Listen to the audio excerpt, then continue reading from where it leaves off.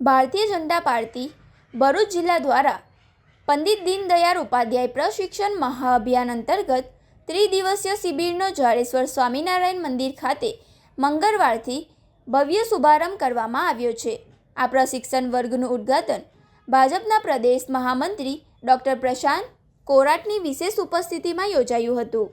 પ્રથમ દિવસે યોજાયેલા ઉદ્ઘાટન સત્રમાં પ્રદેશ મહામંત્રી ડૉક્ટર પ્રશાંત કોરાટ તેમજ પ્રદેશ મહિલા મોરચાના પૂર્વ પ્રમુખ અર્ચના ઠાકરે વક્તા તરીકે ઉપસ્થિત રહીને ઉપસ્થિત કાર્યકરો અને નેતાઓને માર્ગદર્શન પૂરું પાડ્યું હતું।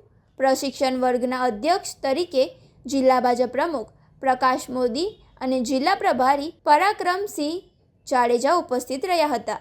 આ શિબિરમાં જિલ્લા પંચાયત પ્રમુખ ડિમ્પલબેન રાજ, મહામંત્રી જિજ્ઞેશ મિસ્ત્રી, પરેશ પટેલ, નરેન્દ્રસિંહ રાજ, ઉપપ્રમુખ નિરલ પટેલ, મનોજ મહેતા ઉપરાંત ધારાસભ્ય રમેશ મિસ્ત્રી, અરુણસિંહ રાણા, ડી.કે. સ્વામી, રીતેશ વસાવા તેમજ પૂર્વ ધારાસભ્ય દુષ્યંત પટેલ, છત્રસિંહ મોરી, જિલ્લા યુવા પ્રમુખ શક્તિસિંહ પરમાર, ભરતસિંહ પરમાર અને યોગેશ પટેલ સહિતના નેતાઓ પ્રશિક્ષાર્થી તરીકે જોડાયા હતા।